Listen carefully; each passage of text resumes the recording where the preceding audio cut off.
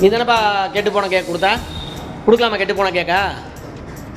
யார் உள்ளே போவா? நீங்கள் சொல்லுங்கள். ஆ நல்லா சொல்லுங்கள் சவுண்டா.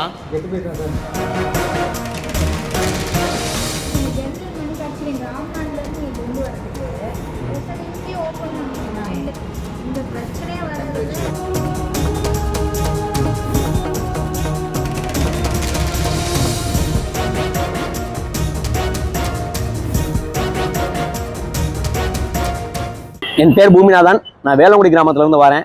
இன்னைக்கு காலைல பெஸ்ட் மம்மி பேக்கரியில் போய் நான் கேக்கும் பப்ஸும் வாங்கியிருந்தேன். என் பையனுக்கு கொண்டு போய் வீட்டில் கொடுக்கும்போது கேக்கு வந்து கெட்டு போயிருந்துச்சு. என் பையன் சாப்பிட்டுட்டு இருக்கும்போது அதை வாமிட்டிங் பண்ணிட்டான். என்னென்னு எடுத்து டேஸ்ட் பார்த்தா கேக்கு ஃபுல்லாகவே கெட்டு போயிருந்துச்சு. சின்ன குழந்தைக்கு சொல்ல தெரியல கேக் கெட்டு போச்சுன்னு. அப்புறம் அந்த கேக் எடுத்துட்டு நான் போய் பெஸ்ட் மம்மி ஷோரூமில் போய் என்ன சார் கெட்டு போன கேக்கை கொடுத்துருக்கீங்க அப்படின்னு நான் அவங்கள்ட்ட கேட்கும்போது அங்கே இருக்க ஒர்க் பண்ண ஒரு லேபர் சொன்னார், நான் தவறுதலாக நடந்து போச்சுன்னா இனிமேல் அது மாதிரி நடக்காமல் பார்த்துக்கிறோம்னு சொன்னார்.